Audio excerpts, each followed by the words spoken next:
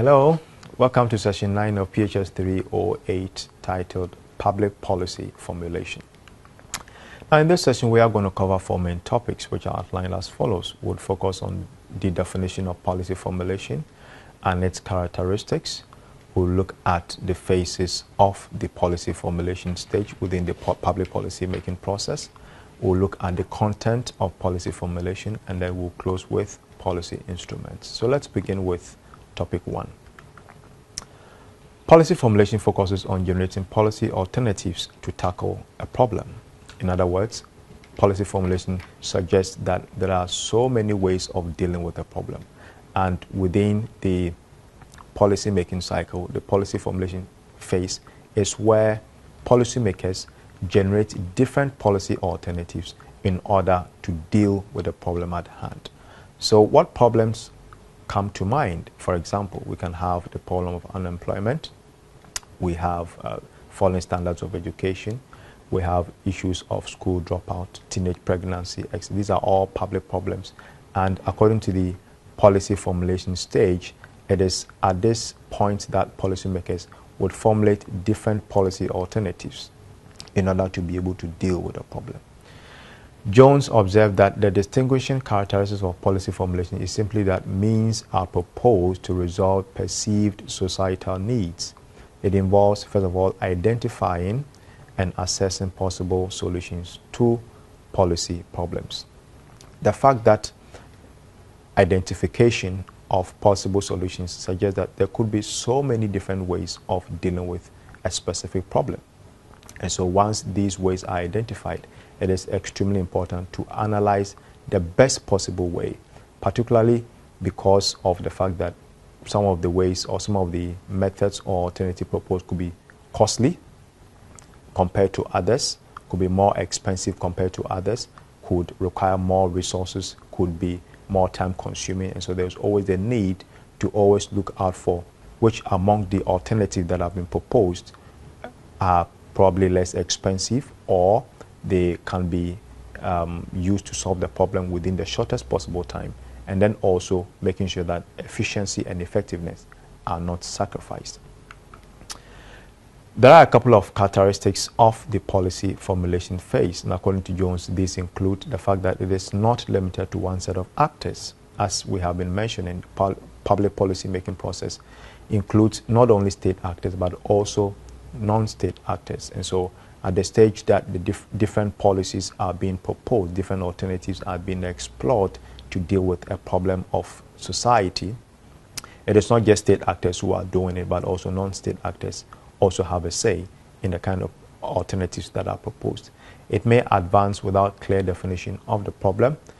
The process has no neutral effect. In other words, there will always be losers and winners as a result of which policy proposals are made. And then also it is subject to several negotiations.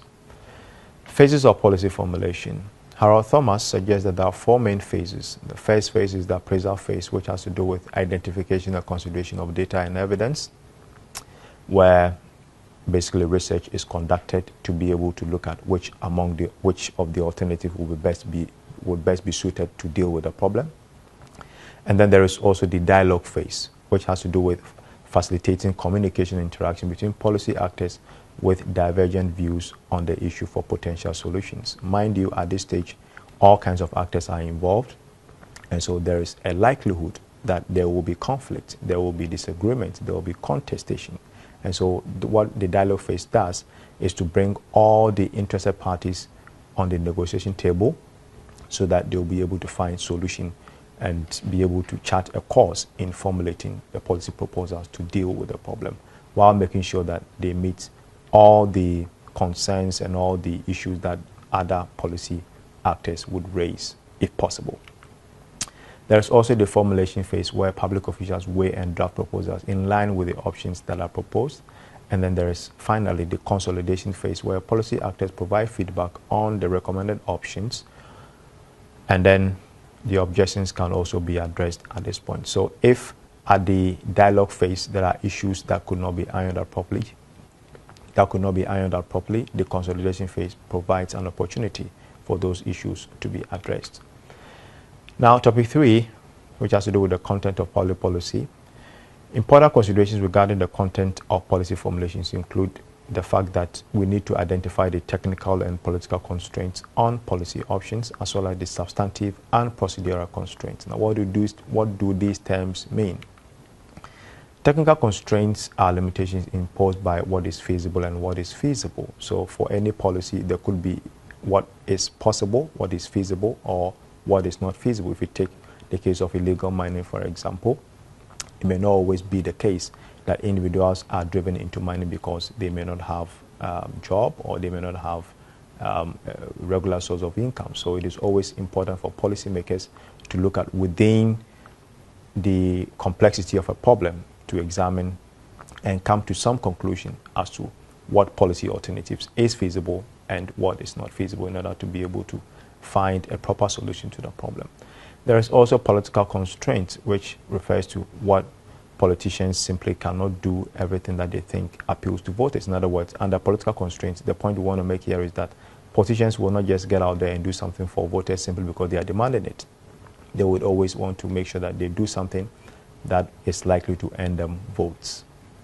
And so if citizens make a certain demand and they feel that they cannot meet those demands, it is not necessarily the case that politicians would give what citizens are demanding.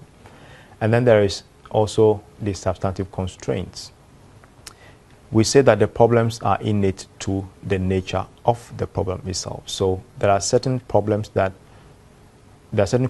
that naturally impinge on the public policy because of the nature of the problem. For example, expanding access to school cannot be done by arresting street children and taking them to school.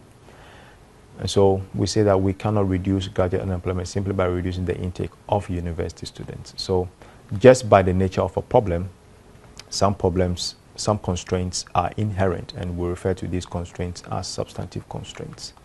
And then we have procedural constraints. These have to do with procedures involved in adopting an option or carrying it out. Policy instruments, that is our topic 4. These are, so policy instruments. Topic 4, policy instruments. Howlett, Ramesh, and Pearl define policy instruments as tools used in governing the actual means or the devices that governments make use of in implementing public policy. So once a policy is formulated, it moves from the formulation stage to the implementation stage, and policy instruments are the means through which implementation is carried out. For example, in dealing with unemployment, a range of proposals are possible. Now, scholars have attempted to study and classify policy instruments. There are 4 main types. We have nodality, we have authority, we have treasure, and we have organization. And we are going to just focus on only 2 of them, nodality and authority. So nodality, or information-based instruments, we are just looking at 2 of them. We have public information campaigns. Here, government disseminates information either to influence societal behavior or to elicit a specific response. And then we also have exhortation or suasion, which says that these go beyond mere information to determine effects, to determine efforts to influencing the preferences and actions of societal members. It goes beyond merely informing. The government actually takes the step to want to persuade individuals and groups within society to embark upon a specific course of action. There are also, under authority-based instrument, we have command and control, which is a prescription by government that must be complied with. And these come in the form of rules, standard permits, and prohibitions. Regulations can either focus on economic or social issues. And then, still under authority-based instrument, we have delegated or self-regulated, which allows non-governmental bodies to regulate themselves. So we can have the Ghana Medical Association, the Ghana Bar Association. These have the power under authority-based instruments to regulate their members. Now, the advantage to delegated or self-regulated is that it can save government time and money in how policies are implemented. I will conclude this session with the following remarks: that policy formulation is the process of identifying and assessing proposals to solve a public problem. That policy formulation comprises 4 main phases. We have the appraisal phase, we have the dialogue phase, we have the consolidation phase, and we have the formulation phase. We also say that, reiterate the point that policy instruments are the primary means for executing policies, and these are nodality, authority-based, treasure, and organization instruments. And so with this, we come to the conclusion of session 9. Please get ready as we move to session 10.